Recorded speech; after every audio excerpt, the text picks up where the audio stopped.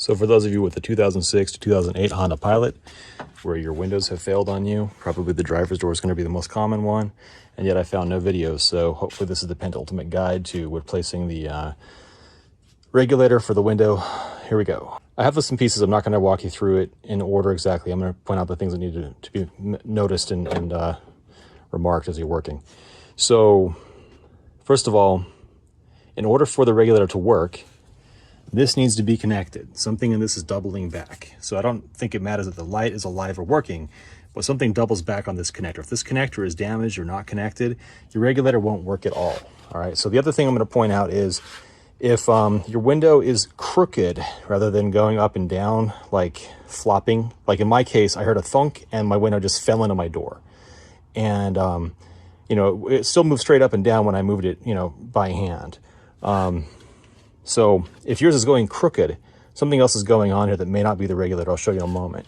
Whatever you're going to be doing, it might be good to have a suction cup so that you can hold this up. They're super cheap at Harbor Freight.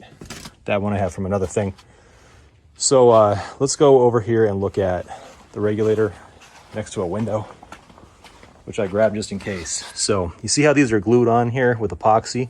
There's two sides of this on both sides, and if these were to fail on you, then you might wind up with a crooked window, right? But in my case, what happened to fail was my regulator cable actually broke. So the regulator sits inside there with two screws at the bottom and one screw at the top, this connector, and two bolts at the bottom, two bolts at the top, and then these two eyelet bolts hold these two guys here. So it's sitting on here like that, and when it travels through the regulator, this piece moves up and down freely along with this cable and this motor. Now, I don't know what this is all about. This is kind of strange to me. Looks very like homemade. No idea. But otherwise a well-maintained car, so I might assume some normalcy about it. You can see here there's this riveted or compressed terminated head here. And the other one is up here. So mine broke out of here and got stuck back here. So whatever holds it in here failed here, or maybe the crimp on the head. So everything else looks okay. And if I were a chump, I might want to try to save this part and work it. But I don't like having my window fall down, so I'm going to throw this in the trash where it belongs. Also, oddly, like in this guy's case, you see how this thing is nicely tight in there? I don't understand why this thing has failed here either. So maybe when that broke, it pulled so hard it cracked that. So I'm just going to throw this in the trash where it belongs. And you're wondering why I'm not keeping the motor. I'll tell you. When you order these regulators, if they don't come with the motor, there is a good chance that even the factory one with an aftermarket regulator won't fit. The factory motor won't fit.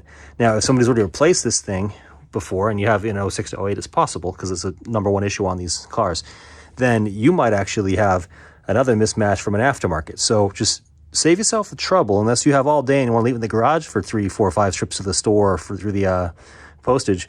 So my box is a WAI. I'll show you in a moment. And that guy came from online, and the online vendor bagged it such that if you open the bag, you can't return it. So don't open the bag till you put them side by side and be sure they're the exact correct ones. We'll also point out that when I compared mine, there was a small difference in the length after these two bolts down here on the assembly. That has no effect within a certain tolerance. Let's go back to the car and look at something that I need to point out to you for your own good. That was kind of peculiar to me.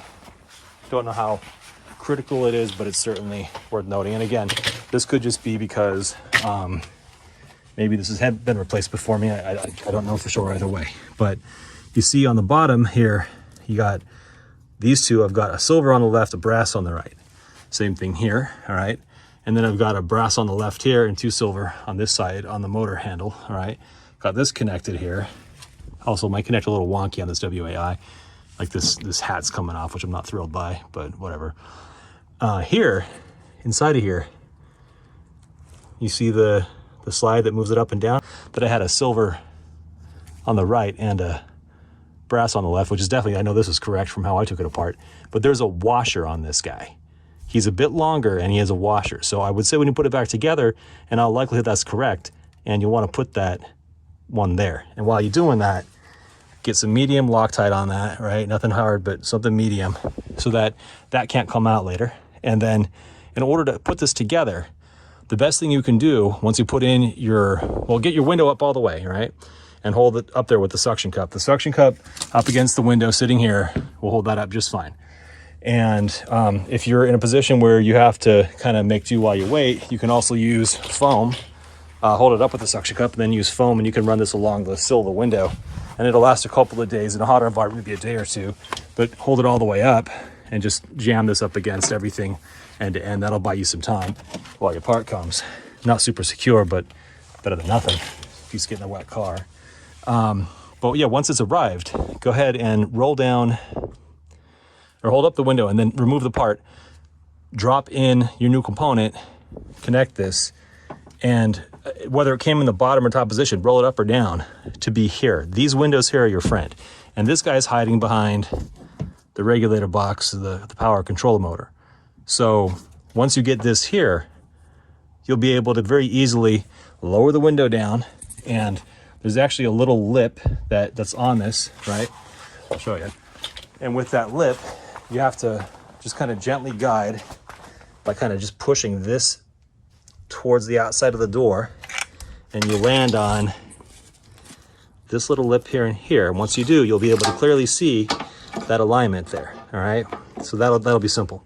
So I know this is the shortest video, but hopefully you're not left missing anything and wondering, because I just didn't want to deal with this in the dark and in the blind, and I couldn't find a good video, so I went to the junkyard and kind of messed with somebody else's trashed car. And then I felt very confident in doing this on my own without having to worry about breaking or screwing anything up. So it's actually quite simple. If I was a little less worried and nervous, it would have been just a slam dunk without even a reference. But to help you out, yeah, you can do this, absolutely. You don't have to pay somebody a couple of $100 to do this for you. So the last thing I need to tell you is when you put it back together, or when you're taking it apart. So this guy here, he holds this lock mechanism, and he's a traveler, all right? And I don't know why that wasn't sitting there. I think I've been in this door once for something. I can't remember what. I know I've been on the other side. Oh no, somebody did the speaker. That wasn't me. So yeah, so somebody forget to put that back right. So make sure this is there, all right? And then don't screw with the height on this. Don't turn this, because it can be adjusted. But yeah, when you're taking the handles and the door off in the first place, bear in mind that behind every Honda of this generation, there's a trim plate in there, and you pull off the 2 screws that are Phillips head with a little hex as well. So you get those 2 off.